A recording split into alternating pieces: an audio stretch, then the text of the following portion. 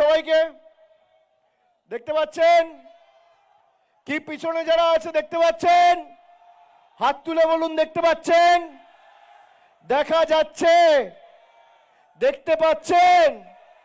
সবাইকে দেখতে পাচ্ছেন না আমাকে একা দেখছেন? দেখতে পাচ্ছেন? আমার সাথে 10 জন রয়েছে, সবাই কুচবিহার জেলার মানুষ। এই মাটিতে জন্মেছে, বড় হয়েছে, এই মাটিকে পদে পদে সমৃদ্ধ করেছে। এই 10 জনকে বিজেপির দালাল ইলেকশন কমিশন আর মুখ্য নির্বাচন কমিশনার জ্ঞানেশ কুমার মৃত বলে ঘোষণা করেছে। এই 10 জন মানুষকে এদের ভোটার লিস্ট থেকে নাম কেটে দেওয়া হয়েছে, বলেছে এদের কোনো অস্তিত্ব নেই, এরা মৃত। আমার পাশে যারা আছে তাদেরকে কি মৃত মনে হচ্ছে? কি কুচবিহারের ভাইয়েরা জবাব দেবেন না?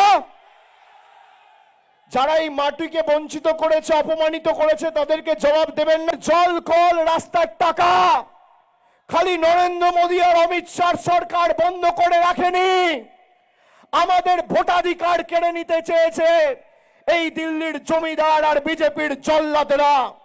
আগামীর লড়াই এদেরকে উপড়ে ফেলার লড়াই, এদেরকে বিসর্জন দেওয়ার লড়াই, এই ছাইপাস আবর্জনাগুলোকে সাফ করবার লড়াই।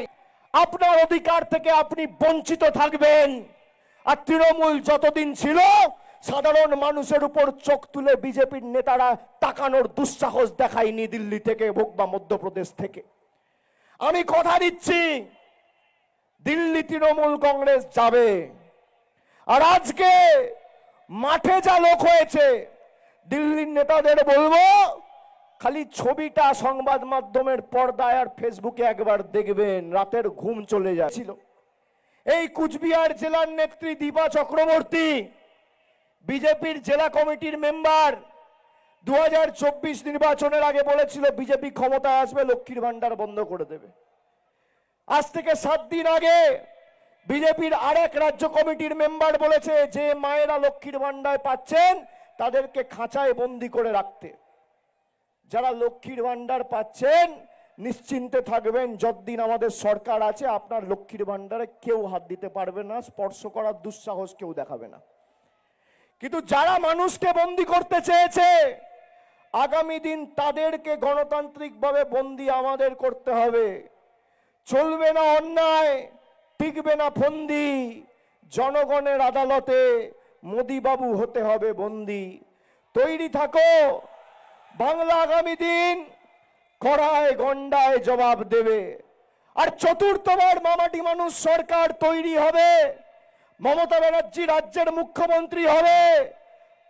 সেই রাজ্য সরকার তৈরির ক্ষেত্রে কুচবিহারের অবদান যেন অন্যতম হয় এবং কুচবিহার যাতে আগামী দিন দৃষ্টান্ত স্থাপন করে দক্ষিণ 24 পরগনার মতো বা হুগলি বর্ধমানের মতো, সেটা আপনাদের সুনিশ্চিত। আমি বলবো বাংলার মানুষের সাথে পাঙ্গা নেবেন না। এটা মধ্যপ্রদেশ নয়, এটা গুজরাট নয়। বাংলার মানুষের সাথে পাঙ্গা নিলে মানুষ চাঙ্গা হয়। 10 দিন আগে দেখেছেন তো, ইডিকে পাঠিয়ে তৃণমূলকে জব্দ করতে চেয়েছিল, নিজেরাই জব্দ হয়ে